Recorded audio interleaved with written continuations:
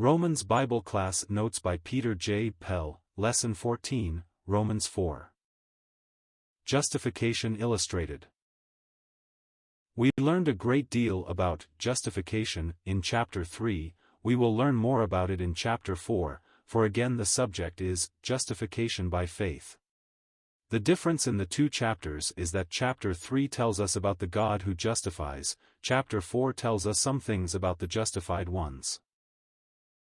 Two characters are brought before us, taken out of God's great picture book, to illustrate justification.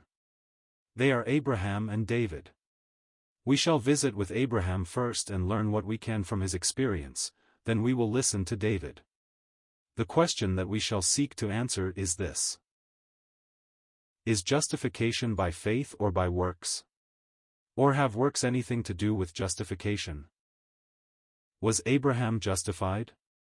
Of course he was. Abraham believed God and it was counted unto him for righteousness. Romans 4 verse 3 and Genesis 15 verse 6. We have learned from Romans 3 that a justified man is one who has received God's righteousness. Abraham did that. Abraham is the father of all who believe and the pattern man of faith.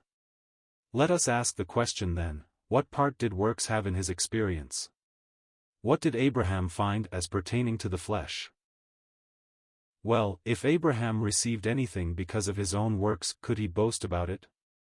Certainly not in the presence of God, for we learned in chap. 3:27 that boasting is excluded there. If Abraham were justified by works he hath whereof to glory but not before God. Abraham found all that he needed in God, he did not work for what he received. When God offered to Abraham the blessing, Abraham simply held open his empty hands to receive what God had to give, and that is faith. How delighted children are to find gifts awaiting them on their birthdays, or on other occasions of presenting gifts. They do not wait to earn them before taking. Now to him that worketh is the reward not reckoned of grace but of debt, but to him that worketh not but believeth on him that justifieth the ungodly, his faith is counted for righteousness. Verses 4, 5. You see, work and wages go together, and faith and grace, and they are entirely different one from the other. If a man works for me and I pay him, that is not grace, that is debt, I owe it to him. But suppose he leaves my employ and I continue to pay him, he has not earned that, that is a gift. Many years ago Abraham stood upon the great plain of Mamre. He was alone and it was night. All around him the vast plain stretched out. Above him the heavens sparkled with millions of twinkling stars which were really great worlds about which he knew so little. Suddenly the silence of the night is broken, a voice is heard, it comes from the unknown world. Look up, it says to Abraham, view those countless stars glittering there. So shall thy seed be. What a promise! Abraham is filled with wonder at it, but very simply he takes God at his word and his faith is counted for righteousness. Genesis 15 verses 1 to 5. But if faith is very simple, the work on which faith rests is very great, and this is illustrated for us in the next scene with Abraham. Genesis 15 verses 6 to 18. He is not looking at the starry sky now but on a scene of death. He has taken several animals, each one typifying Christ, an avenue of blood has been formed, dividing them in the midst and laying each piece one against the other.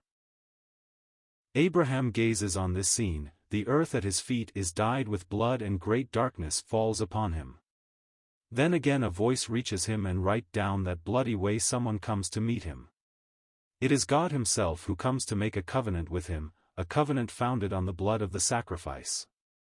What a picture this is of Calvary, where we see the earth stained with the precious blood of the Lord Jesus. All the riches of glory are ours because Jesus died there. God comes to meet us there when, like Abraham, we stand and gaze upon the bleeding sacrifice slain for us. Questions. 1. What two men illustrate justification for us? 2. Illustrate the difference between gift and wages. 3. Prove that Abraham was justified. 4. What mighty work makes it possible for God to bless?